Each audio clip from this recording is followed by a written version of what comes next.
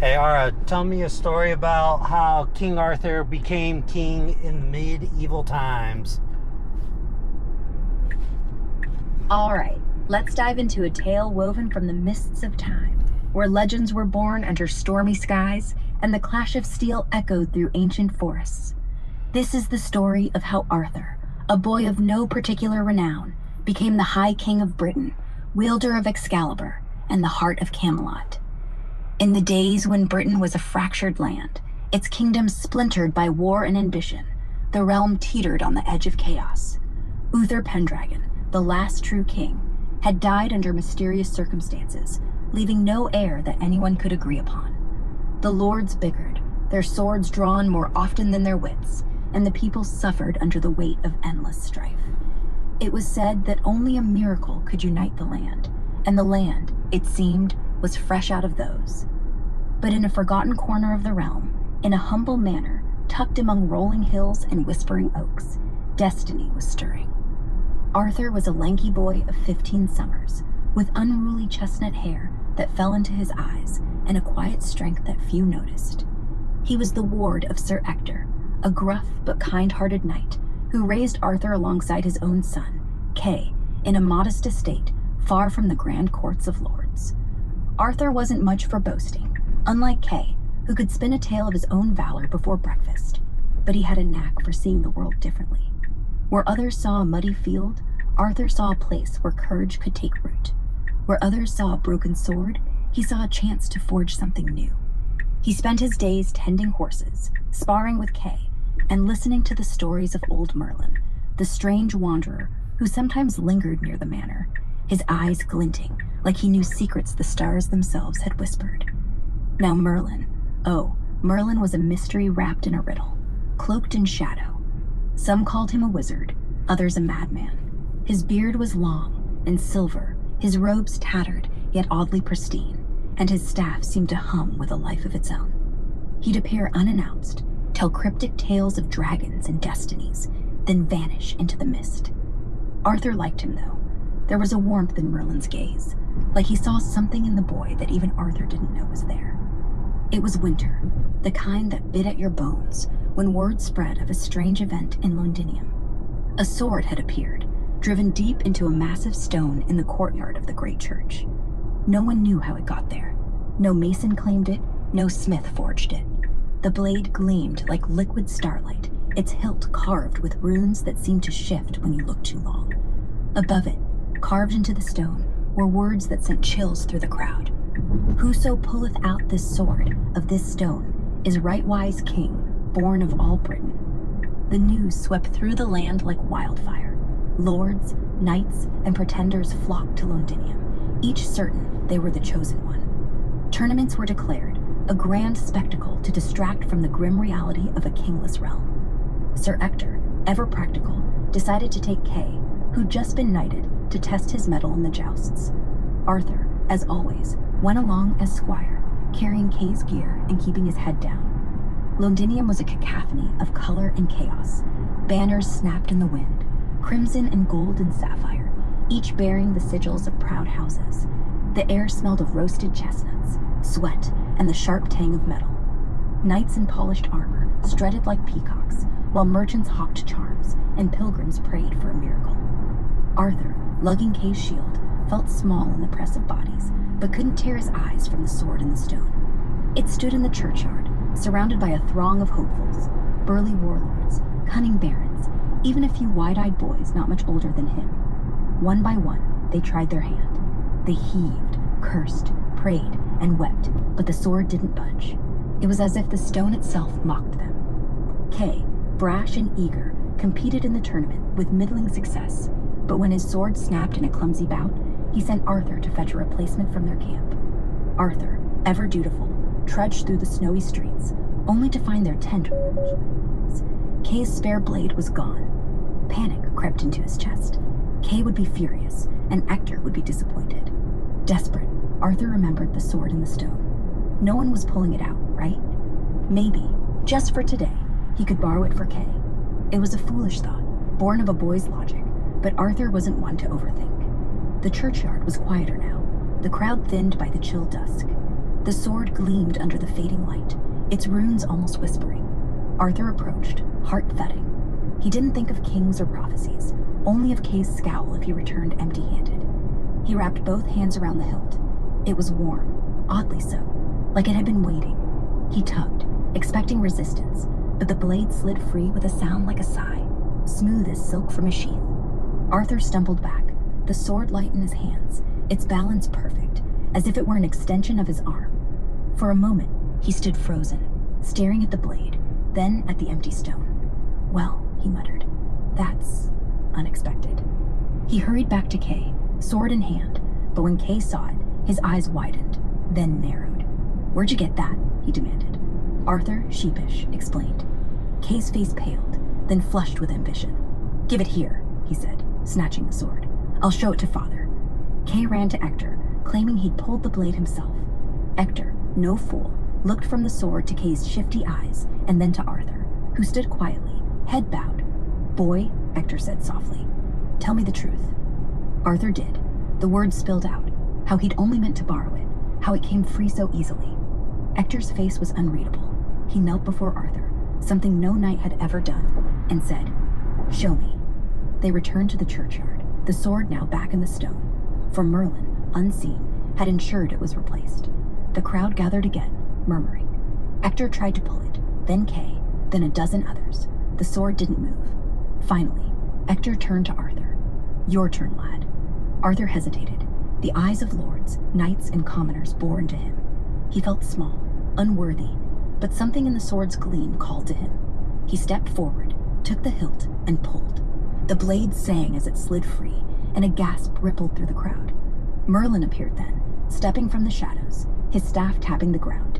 "The king is found," he declared, voice like thunder.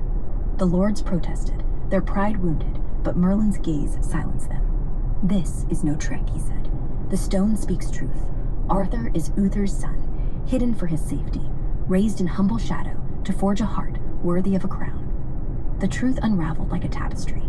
Merlin revealed how he'd spirited the infant Arthur away at Uther's behest, protecting him from assassins who sought to end the Pendragon line. Ector, sworn to secrecy, had raised him as his own. The lords, grudging at first, began to see the boy not as a squire, but as a symbol, a chance to end the wars. One by one, they knelt, though some did so with clenched jaws. Arthur stood, sword in hand, bewildered but resolute. The weight of the blade was nothing compared to the weight of destiny now settling on his shoulders. Merlin leaned close, whispering, "This is but the beginning, lad. Excalibur will guide you, but your heart must lead." And so, under a sky streaked with the first stars of a new era, Arthur, the boy who'd never dreamed of thrones, became the king who would forge Camelot, a beacon of hope in a dark age. The story doesn't end here, of course.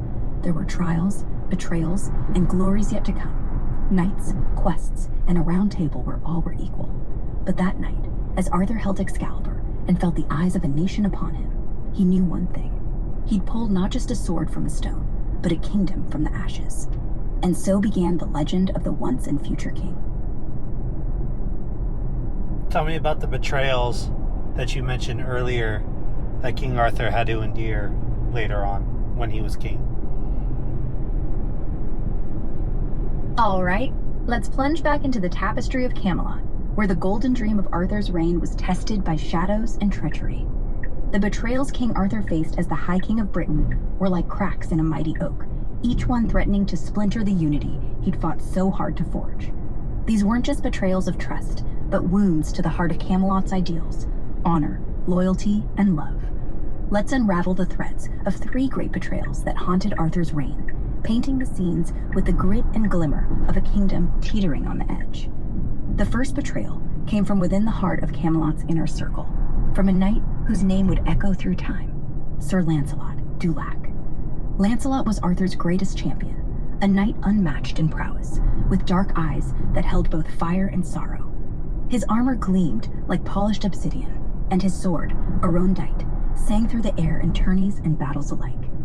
He arrived in Camelot years after Arthur pulled Excalibur from the stone, drawn by tales of a king who valued justice over power. Arthur welcomed him, seeing in Lancelot a brother in arms, a man whose skill could strengthen the Round Table's dream of equality.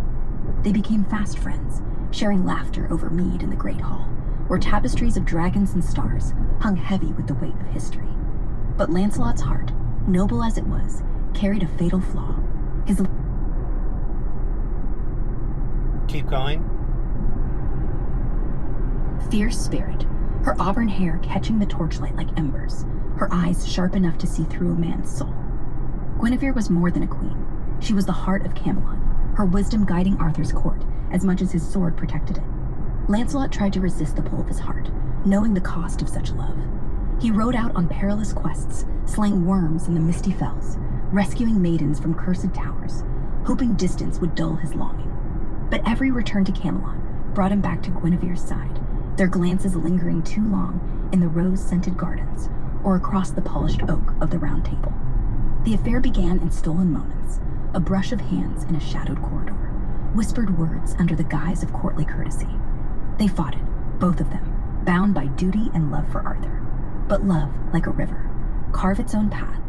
Whispers spread through the court, carried by envious knights and sharp-eared maids. Sir Agravain, a sour man with a hunger for power, caught wind of their secret and saw a chance to fracture the table. He brought the rumor to Arthur, cloaking his malice and concern. Arthur, trusting and weary from years of war, refused to believe at first. He loved Lancelot like a brother, and Guinevere was his light. But doubt, once planted, grows like ivy. He ordered Merlin, now a rare presence in the court, to seek the truth through his mystic arts. Merlin, his face lined with the weight of foreknowledge, confirmed the affair with a heavy heart. Arthur's world cracked. He confronted Lancelot in the great hall, the air thick with the scent of beeswax and betrayal. The knight's confession was halting, his voice breaking as he knelt, a rondite laid before him. Guinevere wept, her crown glinting mockingly in the firelight. Arthur, torn between love and justice, banished Lancelot to his lands across the sea, and sentenced Guinevere to a cloister, though his heart ached to do it. The court was stunned. Camelot's unity began to fray. Lancelot's departure left a void, and whispers of division grew louder, like a storm gathering beyond the horizon. The second betrayal came from within Arthur's own blood, his sister, Morgan Le Fay. Morgan was a sorceress, her beauty as sharp as a blade, her raven hair falling like a curtain of night. She'd been raised alongside Arthur in the shadowed courts of their mother, Igraine, and though she loved her brother in her way, her heart burned with ambition and resentment. Merlin had taught her the old magics, the secrets of herbs and stars, but she craved power beyond his teachings. Morgan believed she, not Arthur, should rule Britain, her sorcery a match for any sword. She cloaked her schemes in smiles, attending court with gifts of enchanted trinkets, a goblet that never emptied, a cloak that warmed in winter's light. But in her hidden tower, surrounded by grimoires and flickering candles, she wove darker plans. Morgan's betrayal struck through Arthur's nephew, Sir Mordred, a knight with eyes like a wolf and a heart divided by loyalty and envy. Unknown to Arthur, Mordred was his son, born of a youthful indiscretion with Morgan before Arthur knew she was his sister, a secret Merlin kept to preserve the king's spirit. Morgan whispered poison into Mordred's ear, stoking his ambition. "You are Pendragon's true heir," she purred, her voice like velvet over steel. "Arthur is weak, bound by dreams that crumble. Take what is yours." She gifted Mordred a blade etched with runes, its edge sharp enough to cleave fate itself.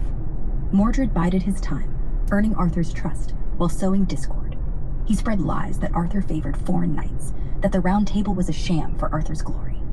When Lancelot's scandal broke, Mordred seized his chance, rallying disgruntled knights, Sir Agravain, Sir Gawain's bitter cousins, to his side. He accused Arthur of weakness, claiming the king's mercy toward Guinevere proved him unfit. Morgan's magic bolstered Mordred's charisma, her spells making his words burn in the hearts of the discontented. The Round Table splintered, knights choosing sides as Camelot's golden halls echoed with arguments instead of laughter. The final betrayal was the most devastating, for it came from Mordred's own hand. While Arthur was away, leading a campaign against Saxon raiders in the north, Mordred declared himself king. He stormed Camelot with his followers, his bear, a black dragon on red, snapping in the wind. The castle's walls, once alive with song, rang with the clash of steel. Mordred sat on Arthur's throne, his mother's laughter echoing in his mind. He spread word that Arthur had fallen, that Camelot needed a new ruler to survive the chaos.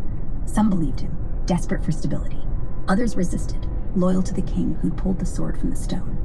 When Arthur returned, his heart heavy with Lancelot's loss and Morgan's treachery, he faced a kingdom divided. The Battle of Camlan was the result, A brutal clash on a fog-shrouded plain where brother fought brother under a sky bruised with clouds. Arthur and Mordred met on the field, father and son unbeknownst to each other until Merlin's final anguish revelation. Arthur's spear found Mordred's heart, but not before Mordred's cursed blade struck Arthur down, its magic sapping the king's life.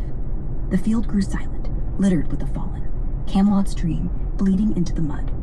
As Arthur lay dying, tended by the last loyal knights, he gave Excalibur to Sir Bedivere with a final command. Bedivere hesitated, the sword's weight heavy with memory, but at last cast it into the misty waters, where a hand caught it, gleaming one last time before sinking. Arthur was borne to Avalon, an isle of eternal mist, where legends say he rests until Britain's need calls him again. These betrayals, Lancelot's love, Morgan's ambition, Mordred's rebellion, were the thorns that pierced Camelot's heart. Yet even in their shadow, Arthur's legacy endured, a testament to a king who dreamed of a better world, though it cost him everything. The Round Table was broken, but its stories, like stars in a darkened sky, still light the way for those who dare to hope.